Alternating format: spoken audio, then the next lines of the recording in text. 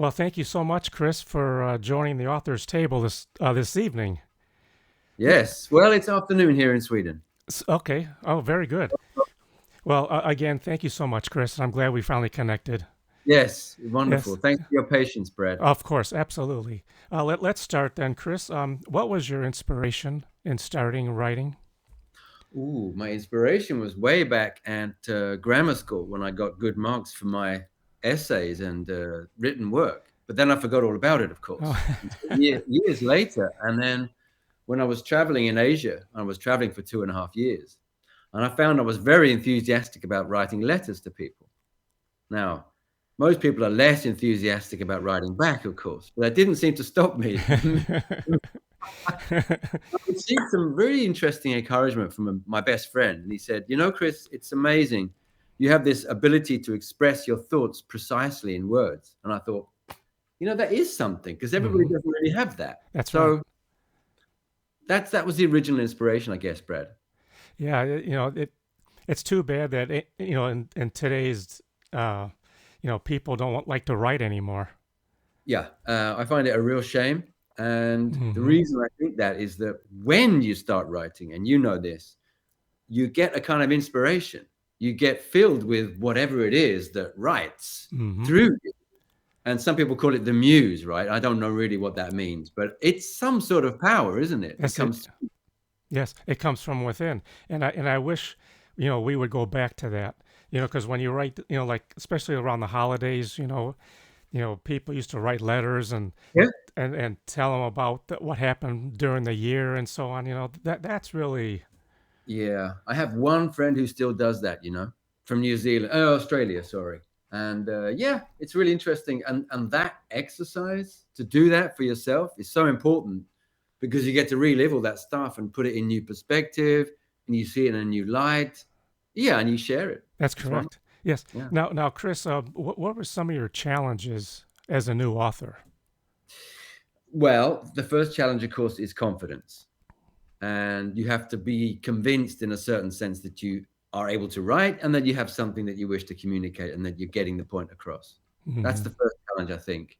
And then the way to get past that challenge, I believe, is to farm your pieces out to friends, colleagues, students, basically anybody who will read it and get their feedback. And it doesn't have to be positive feedback, it can be Right. negative. It's just as useful. That's right.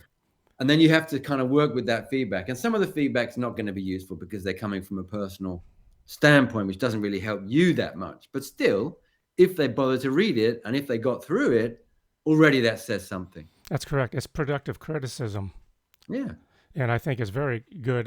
Positive, negative, because you, Yeah. you can filter that out and then do however you feel. Yeah. You need Um, to have a little bit thick skin because you're going to get negative feedback as well. You're not going to just get positive, but you're going to get a lot of positive feedback. So it's well worth opening up to that, I find. yes, that's right. Now, are you a self-published author, Chris, or you have a publisher? Well, both actually. My first book was published through a company that helps self-publishing. Mm-hmm. That's this one here, Touching the Invisible, Mm-hmm. Yes. and that one came out through Author House, which is a previous. It was a company that was based in the UK and then got bought up by the states, a company in the states, and now it's stateswide based. Mm-hmm. Now they gave us a deal. We got the deal. We worked through the different stages of it, so I can coach anybody through that, no problem at all. I won't say it was a minefield, but there was obstacles and there was challenges at every step of the way. Yeah. Now It's this book here, the new one, yes. Poetry of Touch, Mm. that came out through a contact of mine who wanted to get into publishing, and he offered me a deal. So I said, sure, let's go for it. And his name is Magnus Fierfalk. And so the name of the company is, well, that's his logo right there on the side of the book, a little falcon. Mm-hmm. So his company is a media company. He works in all kinds of media. But he published a book a couple of years ago and thought, hey, I'd like to be a mouthpiece for other authors. So I'm his first author, and we're working through this process together. And yes, it's been tricky. It's been difficult It's a lot to because learn, isn't there? there's a lot to learn. Every single thing is a learning curve. Mm-hmm. Everything. So you have to be ready for the long haul. That's right. And But and that's the other challenge, right? All yeah. the logistics are mind-boggling. Oh yeah. It's endless. Yeah, it's endless, and you have to Hmm. be very, very committed to this because, well, to be really honest, this book here, the first one that came out, Touching the Invisible, two of my colleagues are down here as well with me on the list, but really they gave up. I pushed it through. I pushed, I dragged, I had help, of course, but I had to mobilize all that help all the time. I had to keep coming back to it, bring new energy to it, renew it all the time for myself. And basically, I did the work in the end, and they didn't. But hey, we all did the beginning sections. We did it all together. But I think that's good though, because you're the author, and so you orchestrated this whole thing because if you want this out there, well, you're going to have to do it. That's it. That's it. And being a first time author nowadays, you don't get deals. You just don't get a publishing deal. It's not possible. So what you have to do is get a book, two maybe, out there. Then you begin to get your name. The way I see it, right? I don't know if this is 100% true, Brad, but the way I see it, you make your name, and then you have a chance of getting picked up when you're ready for your third book. And there Hmm. are companies that now have, like regular publishing companies now have these kind of self-publishing things around them. Oh yes. They claim that they pick up on the successful books. I don't know if it's completely true, but that's what they're saying. I mean, we both know that anybody can say anything. Yeah, yeah, So and it still comes to the individual that's trying to promote. So yeah. it's still going to have to be trial and error and just keep Yeah. going forward. That's it. And you have to really be quite convinced that you really want to do this. So that's the other big challenge, conviction and commitment. That's right. Yes. Yeah. And those things are, well, they're like things you have to renew continually. You Yeah. might have it, but then you might meet a few obstacles and it might disappear. It might dissolve. It might weaken. But if you can manage to renew it continually, that will take you through. But it's Yeah. Now, all kinds of things. yes, yes. Now, Chris, your book is called "The Poetry of Touch: Alchemy, Yes, Transformation, and Oriental Medicine." Now, yes, that's on the East Asian medicine. Is that correct? quite right. Yes. Can you talk So a little bit about that, please? yeah, so this book is basically, I'll show you the cover once more here. Here it goes. Yes. Poetry of Touch. There's the title and the subtitle underneath, and this is the full design of the cover. There's a lot to talk about there, but we'll come to that later maybe. The book is my personal travelogue in one sense. So I believe in learning through experience. Mm-hmm. In other words, experiential learning. And I am convinced that the more you actually experience something within your own person and your own life, especially within your own body, Mm-hmm. the more that thing will become yours. So So this it, is yeah. one of my life lessons. Now, is it like a journal, Chris? It's not a journal as such, but it is a selection of observations, essays, what started out as articles, and I turned them into chapters and linked them all together to make this book. And it's in 8 sections, I think. Yeah. Check that. And it grew. No, 7 sections, sorry. And it grew through the years before, and it took 10 years to get out. So I had plenty of time to develop my own writing behind it and in the background. And I kept writing and I kept finding new things to write about. And there were holes, there were gaps I needed to Sure. fill in. Mm-hmm. And then when this one was out and I was publishing it and I was promoting it, then after about a year, less. No, around the same time, all those lockdowns came Mm-hmm. Yes. and I found a lot of time on my hands. And I thought, well, why not? Why not? Let's do this now. My book. This one is out. This one is ready. But I knew there was a lot of work still to do on it because it wasn't really a book yet. It was just a collection of pieces. It was a And great I wrote, it was a great yeah, opportunity, I think, at that time for a lot of I people. think, yeah, I think so. And great for anybody who took that chance. So That's what I right. did, I contacted a colleague of mine. In fact, she's a student of mine in Oriental medicine, East Asian medicine, as you say, Brad, in Mm-hmm. Israel. And I sent her a few chapters, said, would you like to help me with this? Because she likes to write. I like to write. I corrected one of hers. She corrected one of mine, that kind of thing. It was Yeah. an exchange. So I thought, well, maybe she's interested, give it a try. And I got some great feedback and some really interesting tips and, okay, try arranging the. So I sent her a few more. And in the end, she said to me, Chris, whoa, stop. this is my profession. You can't get this for free. Oh. You have to pay me. So I thought, okay, here we go. We're in the middle of all this huge, crazy lockdown thing. My earnings are cut by half at least. Mm-hmm. She's asking me for money to do this. So what do I do? What's the balance here? What's the energy here? So I thought, well, look, I really believe in the power of commitment. I believe that if you commit to something, really commit, not just in your mind or in your kind of mental state, I mean, physically, with money, with energy, with time, then you will get reward and payback. And that's exactly what happened. And she gave me great help. I paid her good money, fair enough. But she really helped me turn the book into a book with flow. She helped me see what we needed to put in to keep it flowing, to delineate the different sections from each other clearly, to move one chapter to another section, and even create a whole new section. Nice. That was really, really great. Yes. And then I knew I had the form perfectly. In fact, Brad, the structure of the book came from a dream. Well, let's put it this way. It came through the dream world, put it that way. It's an interesting story. I'd been out talking to a friend about my collection of articles and essays and pieces, and he said, yeah, great. Yeah, go for it. I thought, oh, that's really helpful. How am I going to do it? And then I went out to watch a soccer match with a friend of mine, and I came home, went to bed, woke up in the middle of the night to go to the bathroom, came back, and I was wide awake working through the evening. Oh, yeah, that was cool. You know how you do that. Oh, yes. Oh, yeah. Inbox, outbox thing. Yeah. But then something really interesting happened, and it was like film credits went up in front of my eyes. And at first I didn't understand what it was. And it was titles of things. I'm like, okay, what are these the titles to? And it was the sections of this book.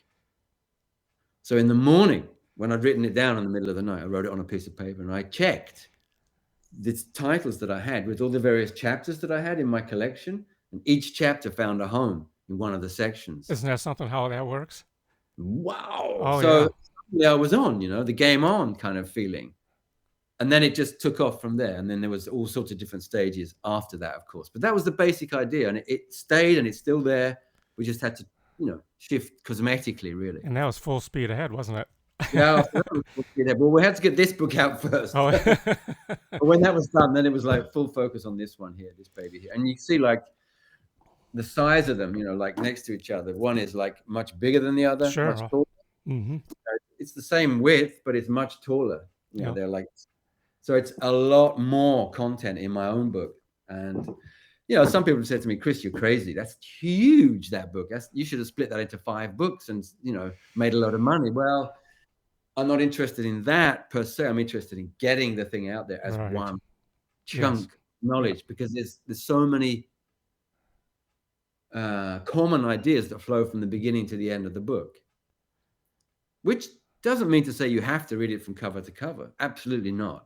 And you can just open this book at random and bang, you've got an interesting section there with all these subtitles and images and stuff. And you can just, okay, I'll read this little part here. And then that's good. It can be a good reference book then. Yeah, it's a great reference book. But it's also one of these books that I've written it specifically so that anybody who doesn't have the background can still get a lot out of it. It's written in simple language. Mm-hmm. All of the concepts are explained in the first 5-6 chapters. And then from there, you can go as deep or as shallow as you like. You can read it backwards, forwards, sideways, doesn't matter. Hang from the beginning. Oh, Chris, what's your thought on like yoga, meditation, acupuncture, or even supplements like herbs? Is how do you feel about that? Well, that's what I build my life on, basically. I got sick when I was in Asia, and that story is in this book here. Okay. And that sickness led me to ask some serious questions about my own life. And those questions led me to the path of traditional medicine. Mm-hmm. The things you just listed really are the tools that come out of the traditional medicine paradigm, which is that the human body is self-healing. That's right. If you understand it, if you acknowledge it, if you then respect it and feed it with time, attention, the right kind of information, and then, as you said, the right kind of herbs and supplements for you, because it's individual. Mm-hmm. One size does not fit all. That's right. Definitely. But all of these tools fit together. So if you look at Oriental medicine or East Asian medicine, you'll find there's about 7 different branches within it. Meditation is one of them. Acupuncture is one of them. Mm-hmm. Shiatsu, which I practice, is one of them. Herbal medicine is one of them. Dietary medicine is one of them. But also you have things like moxibustion, you have Tai Chi and Qigong. So all of these things complement each other, and they root from the same source, and they just flower in different directions. So you can latch onto one and it will lead you to the others. That's why I think it's so critical to, take care of the core. Because if you don't take care of yourself, you can have all the money in the world, you're not going to have anything. No happiness with that. That's correct. Health means happiness. That's for sure. Money does not mean happiness. That's the other end of the spectrum over there. Yes. Now, from all your travels, Chris, what was the response to your book from other people? So far, I've had only positive results and reviews and reactions from people. That's not to say these are bestsellers yet, but I have hopes that they'll continue selling over a longer period. I like that word though. Yet, that's good. Yes, yeah, because this one here, after 2 years, just became course literature for shiatsu training here in Sweden. Oh, fantastic! Yeah, congratulations. Yeah. So suddenly there's like 20 books being ordered instead of one. Mm-hmm. Now that's a huge step. And the next step is that a bigger school takes it, and then an even bigger school, and then a chain of schools takes it, et cetera, et cetera. And the other part of that, of course, is that these books are door openers. That's right. Once you have a book, you're an author. Once you're an author, you have a name. Once you have a name, people can refer to you and use your name to publicize their stuff. So you become an asset to them. That's right. So suddenly I'm seeing like I'm getting gigs here and there, and things are opening up. I'm getting, to teach over here and teach over there. And people want to have my advice about this and that. They want me to write a piece here, a piece there. So it's not like I'm going to be a millionaire overnight with these books. No, I'm not even going to be rich. I might not even break even. But in the big picture, Mm-hmm. it opens doors, and I get to know people like yourself, and have these kind of conversations. That's and right. That's so enriching. And I think that's the beauty about networking. I really do think that's great. Yeah, because you have to, and I think as an author, especially a self-published author, you have to do a lot of footwork yourself. Yeah. and the marketing and everything too. Yeah. So it's critical, and everybody's different, of course, but I think that's the biggest key is getting out there and just spread the word. You have to get past your shyness about Mm-hmm. who you are and doing your own publicity. You have to be able to pick up on the smallest little encouragement and turn it into something a little bit bigger. That's right. So this is why the book is about alchemy, because alchemy is this idea about transforming something from a base metal, lead, into gold. This is what we're searching for the whole time. How can I turn this little pile of ash that I've got here into something beautiful? I'll put it on my vegetable garden, and then the rain comes and it becomes vegetables. Okay. See how it works?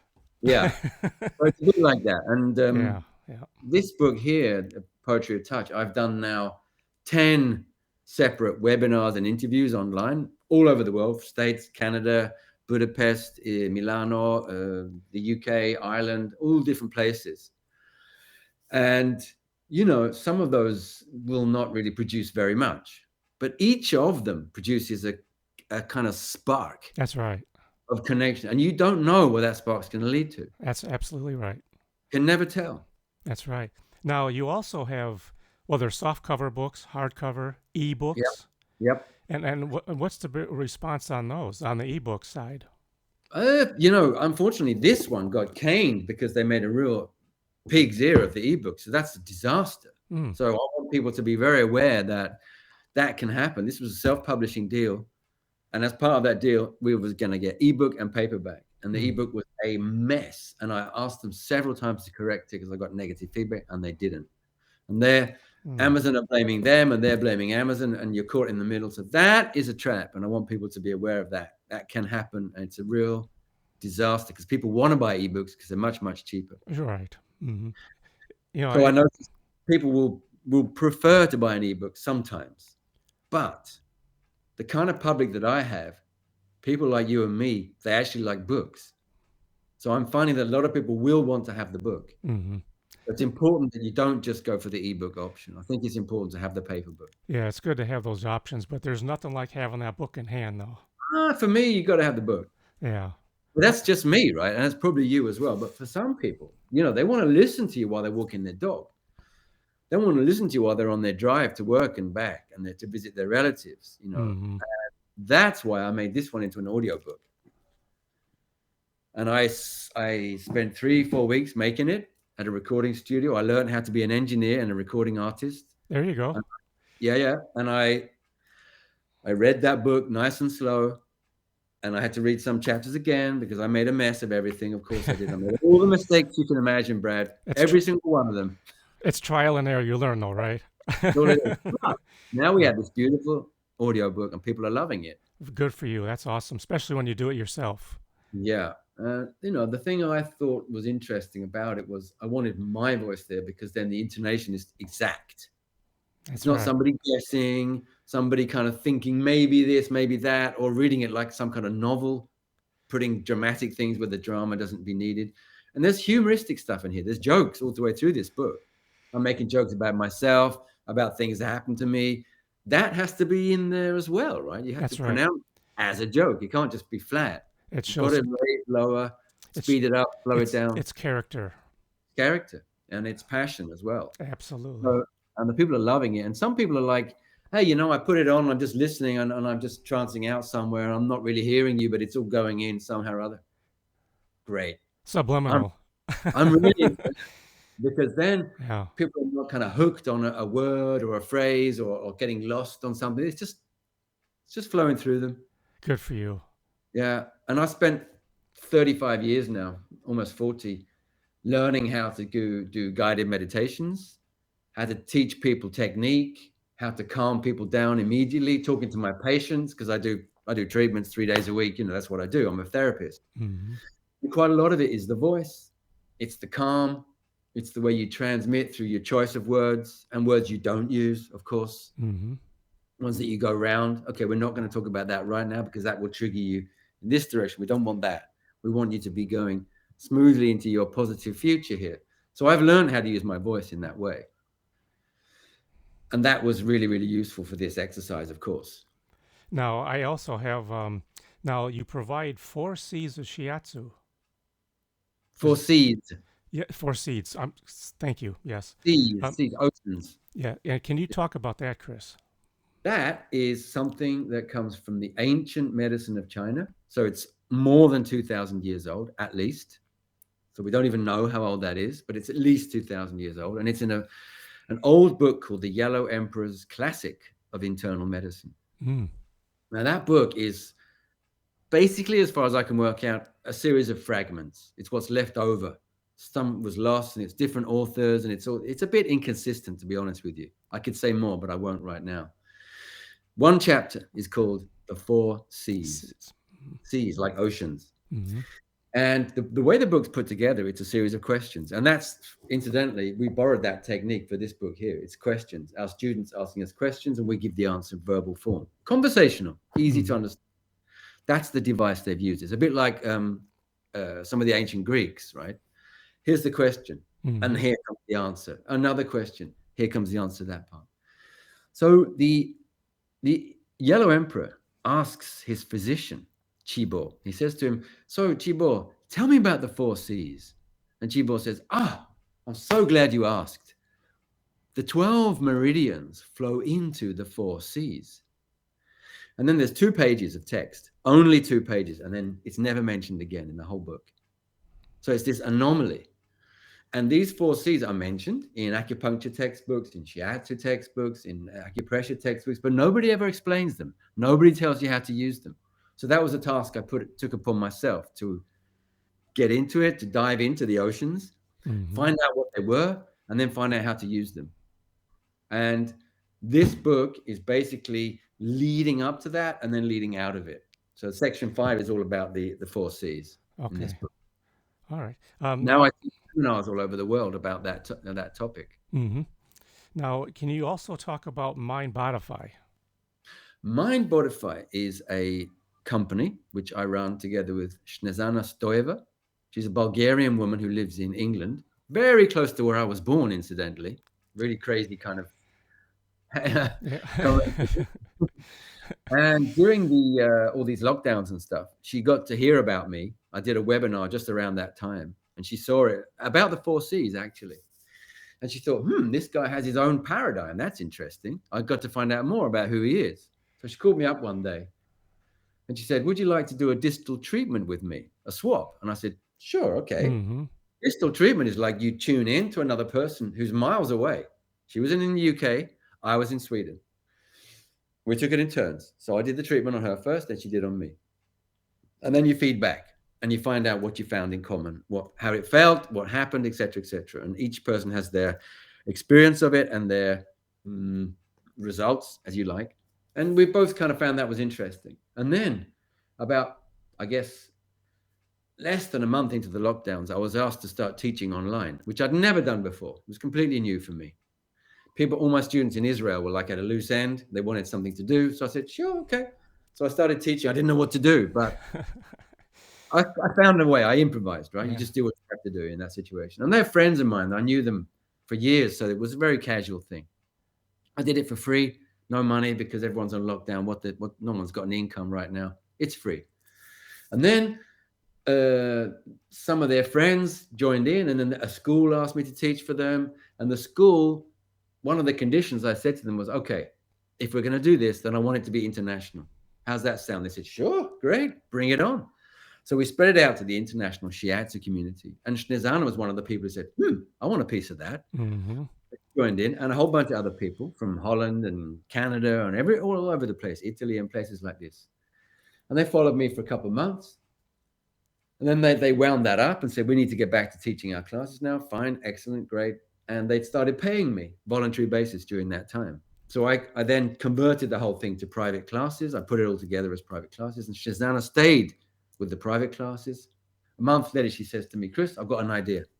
Okay, tell me about it. She says, it's a business deal. Mm-hmm. All right. You and me, we work together and we create a platform for people to find simple tools to empower them towards optimal health. Mm-hmm. Sure, speaking my language, that's exactly what I do, what I like to do. So it's an online platform.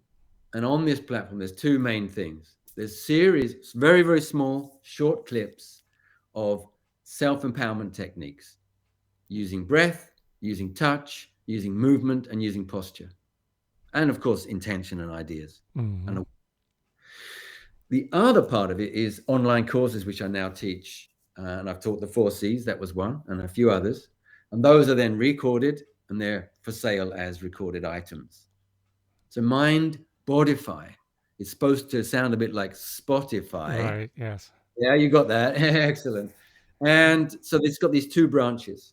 One is like self-help for anybody at basic level. The other is courses for people who are interested in learning this stuff on a semi-professional level or professional level, hopefully, and using it with clients, and of course using it as self-help and self-empowerment. So that's Right. Mindbodify. That is awesome, Chris. I mean, it's crazy how things work out, though, isn't it? You know. Just can't tell. You That's don't right. know. That's right. And especially, like you said, though, like you already have the background, so it was a win-win. It was a win-win in that sense. And for me, win-win's not enough. It has to be win-win-win. There you go. That's right. Win for me, win for you, but win for everybody. That's right. Yeah. We're in the business of making the world a better place, right? So that's correct. yeah. Now, what advice can you give to a new author and to someone that is just learning about Asian medicine? Oh, okay. So a new author, I would say this: make sure you clear time at least once a week to do some writing. You're going to need 2 hours. Half an hour is not enough. 45 minutes is not going to do it. An hour, you're just scraping. You need time to get into your writing. You need time to let the flow go through you so that all your ideas are there, but all the new ideas that are coming have time to find their place as well. So I would say 90 minutes to 2 hour slots is what you're looking for. So you have to organize your schedule so those slots are there. Mm-hmm. And then you need to be there. It really is about discipline and commitment. It's That's not correct. about inspiration. You got to be inspired, of course, but just that's not enough. You have to give yourself that credit too. You have to give yourself that opportunity. yeah, absolutely. It's an opening. You got to create that opening for yourself. So That's when right. you've done it, then the flow will come. And even if you're staring at a blank page, don't worry about it. Write the first thing that comes to your mind. That's Do right. not censor yourself. Allow yourself to be free. No one's going to read it unless you show it to them. You don't need to feel embarrassed about it or ashamed about it. You can throw it in the bin. Just getting started. That's it. It's And then this. you can later on. That's You right. know? It's like a painter when they look at a blank canvas. It's like, okay, what do Yeah. I do? Well, Yeah. you do what you want. I mean, it's Sculpt and skies. paint, for God's sake. Oh, it looks like a bird. Excellent. That's right. 2 days ago, no, 3 days ago, I was going to give a seminar, and it was called "Live Through Your Own Power." Right, all about empowerment, but it was going to be in Swedish. So anyway, that was the language of choice. Hmm. And I was coming up to the event, and I didn't really have a clear idea what I was going to do. But I thought, hey, okay, look, I've done this literally 1,000 times now, so the idea will come. And there wasn't so many people. Like a couple of people came on, and I knew them both. One was an ex-student, and one was a colleague. So I was able to ask them, okay, look, from this title, Live in Your Power, Live Through Your Power, what would you like from this session? We got 1 hour together. What would you like? And I got these 2 ideas from them. It's like, oh, okay, good, excellent. But I still didn't really know how to start. And I was just tuning up I was doing this with my screen to get the perfect angle. And I did a bit too far, and it showed the ceiling of my treatment room. And the Yeah. ceiling of my treatment room has a gold Chinese character, and it's the character for heaven. And I thought, yes, heaven up there, earth down below. That's perfect, because once you've got energy going up and down, and once you learn how to influence the up and the down of your energy, you never need to feel empty or really, really tired or drained.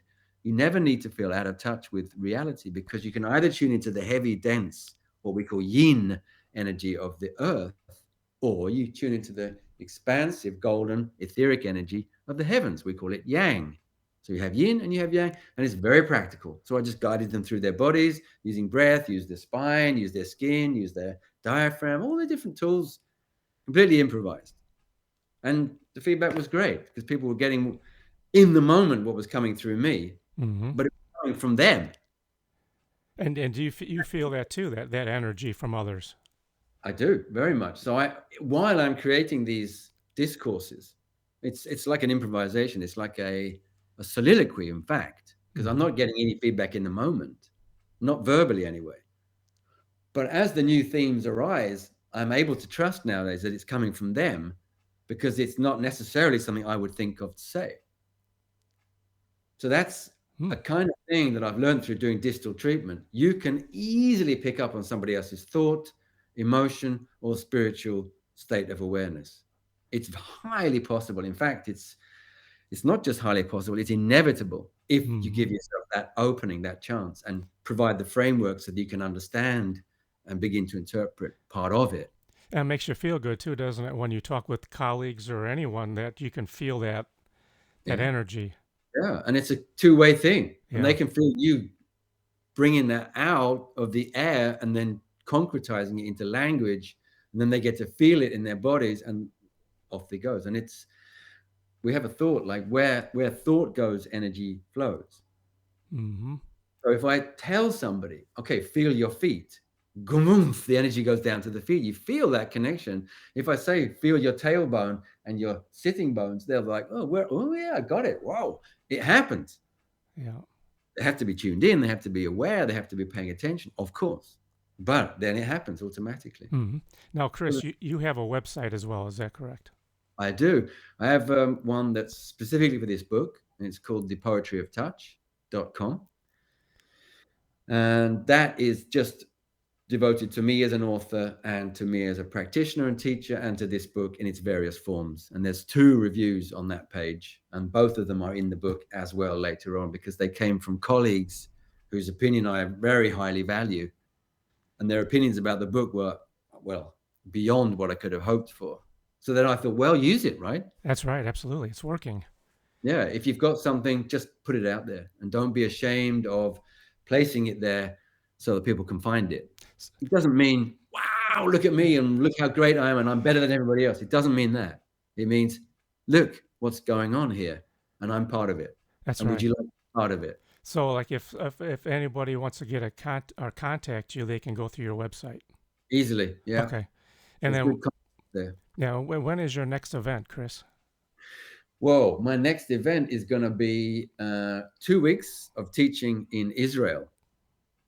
That's I have a wonderful. lot of students in Israel, and I've been teaching there for over 20 years. So I'm going to be doing 2 weeks of solid teaching over there in Wonderful. different places and doing different workshops. That'll be my next thing. And there's a talk that's waiting to come out.